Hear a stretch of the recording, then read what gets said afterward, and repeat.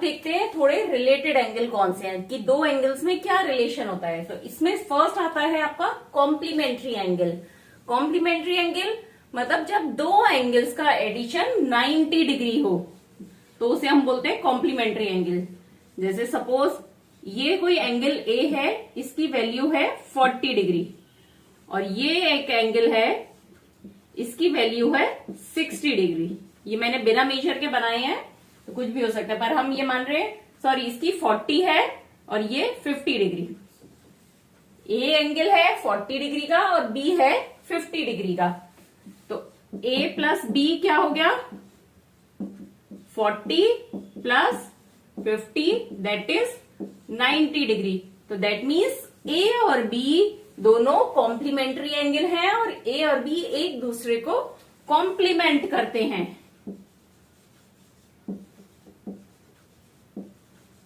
Complement each other. अब next होता है इसी तरह सप्लीमेंट्री एंगल। जैसे कॉम्प्लीमेंट्री एंगल का एडिशन 90 डिग्री होता है, ऐसे सप्लीमेंट्री एंगल का एडिशन 180 डिग्री होता है।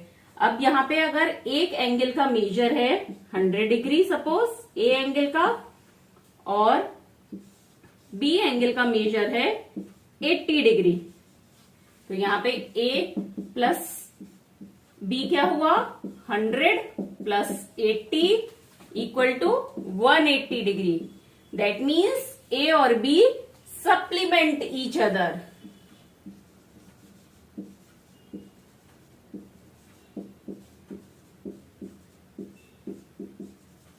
ये सब आपकी आगे एक्सरसाइज होंगी, उसमें बहुत काम आएंगी ये चीजें।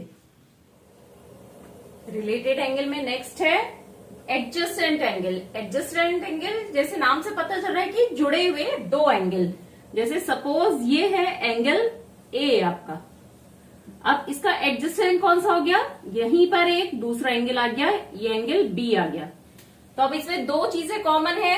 एक तो ये वाली लाइन कॉमन है, इसकी ये जो एंगल ए की दो आर्म है, समझ सपोज कर लिए सी डी और ये है ई।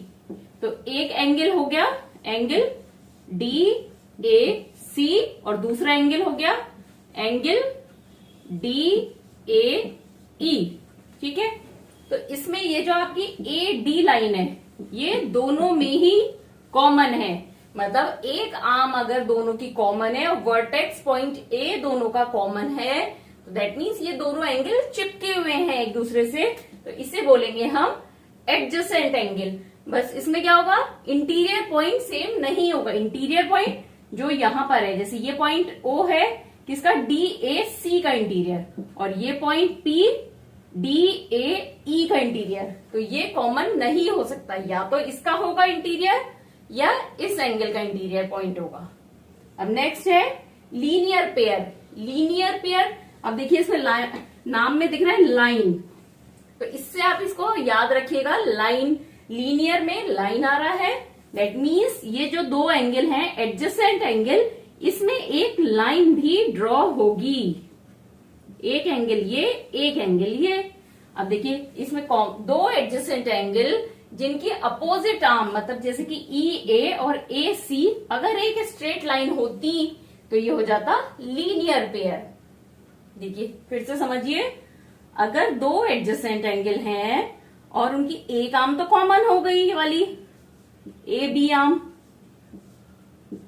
और ए डी और सी ए आर्म एक दूसरे के अपोजिट है, मतलब एक लाइन फॉर्म करती हैं, तो ये हो गया लीनियर पेयर। मतलब इन दोनों एंगल्स को साथ में रखेंगे तो एक लाइन बन जाएगी।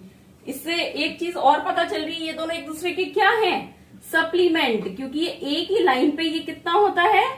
180 डिग्री। दैट मीन्स इन दोनों का मेजर कितना होगा? Addition 180। That means linear pair जो हमारे एंगल्स होंगे वो सप्लीमेंट्री भी होंगे। अब रिलेटेड एंगल में हमारा लास्ट कौन सा आता है? Vertically opposite angle. मतलब अगर दो लाइन सेगमेंट या लाइन एक दूसरे को क्रॉस कर रही हैं तो जो दो ऐसे ये एंगल्स बन रहे हैं ये दोनों वर्टिकली अपोजिट एंगल है, एक दूसरे के ऊपर है। अब ये वर्टिकली अपोजिट ये भी हो सकते हैं और ये वाले भी हो सकते हैं। और इसमें क्या है, ये दोनों एंगल हमेशा सेम होंगे। अब आपने ये बहुत सारा देखा होगा, जैसे कोई टेबल है तो ये जो बन रहा है एंगल, ये वर्टिकली अपोजिट। तो अगर आप एंगल्स देखें, आप अपने रूम में हो, स्कूल में हो, हर जगह आपको जो दो लाइन आपस में मिलती दिख रही है, वहां एक एंगल फॉर्म हो रहा है। तो अगर कोई भी दो लाइन ऐसे क्रॉस हो रही है तो उनके अपोजिट एंगल को क्या बोलेंगे, वर्टिकली अपोजिट एंगल, और ये दोनों एंगल इक्वल होंगे।